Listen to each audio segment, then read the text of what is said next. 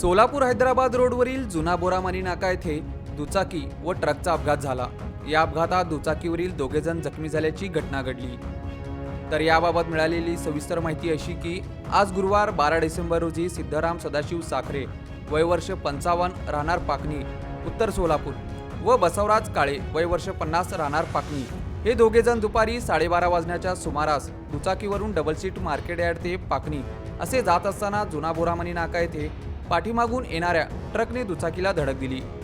या अपघातात सिद्धाराम सदाशिव साखरे व बसवराज काळे हे दोघे जण जखमी झाल्याने त्यांना 1:30 वाजण्याच्या सुमारास त्यांचा पुतण्या किरण साखरे यांनी शासकीय रुग्णालय अर्थात सिव्हिल हॉस्पिटल येथे दाखल केले। त्या दोघांवर उपचार सुरू आहेत। या घटनेची सिव्हिल पोलीस चौकीत नोंद करण्यात आली आहे। आज या ठिकाणी बोरामणी चौक या ठिकाणी मी माझ्या मुलाला ट्युशनवरून आणायला जात असताना या बोरामणी चौकामध्ये आणि अक्कलकोट पाण्याटाकीपाशी आणि शहरातल्या काही महत्त्वाच्या भागामध्ये जड वाहतुकीचा अजून देखील प्रश्न ऐरणीवरच आहे।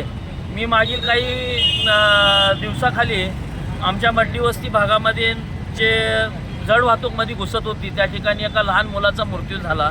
त्याच्यानंतर पोलीस कॉन्स्टेबलचा या ठिकाणी पोलिसांचा सुद्धा मृत्यू झालेला आहे। तरी देखील हा प्रश्न सुटत नाही आहे। हा प्रश्न आज हे बघताय तुम्ही, जड वाहतूक एका रोडची बंद करून दुसऱ्या रोडला सोडली जाते आहे। तर पूर्णपणे जड वाहतूक संध्याकाळी 10 पर्यंत शहरातून बंद व्हायला पाहिजे ही आमच्या सर्वांची मागणी आहे।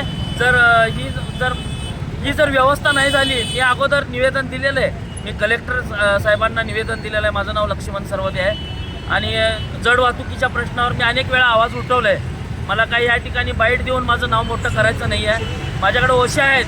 जर पुढील येणाऱ्या काळामध्ये जर ही जड वाहतूक नाही बंद झाली तर मी मोठ्या पद्धतीमध्ये मोठ्या प्रमाणामध्ये सर्व लोकांना घेऊन या आंदोलन छेडण्याच्या मी मनस्थितीमध्ये आहे। वाहतूक शाखेने देखील ही वाहतूक लवकरात लवकर शहराच्या बाहेरून वळवण्याचा प्रयत्न करावा। नाही जर वळवण्यात आलं तर संध्याकाळी 9 आज देखील पाहतोय आपण ट्रॅफिक आत बघायची भूमिका घेऊन या ठिकाणून ज्यांना जखमी झाले त्यांना आपणच आता पाठवून दिलं, पत्रकारांना, आपण नागरिकांना। मी एक सामाजिक कार्यकर्ता, मी जरूर आवाज उठवणार आहे आणि हा प्रश्न खरोखरच शहराच्या एक महत्त्वाचा बाब बनलेला असून गेल्या कशासाठी सोडताय दिवसा वाहतूक? शहर मोठं झालं आहे, शहरातली नागरिक संख्या वाढलेली आहे, वाहतूक वाढलेली आहे। मग तुम्ही हे जड वाहतूक बंद व्हायला पाहिजे ही आमची सर्वांची इच्छा आहे।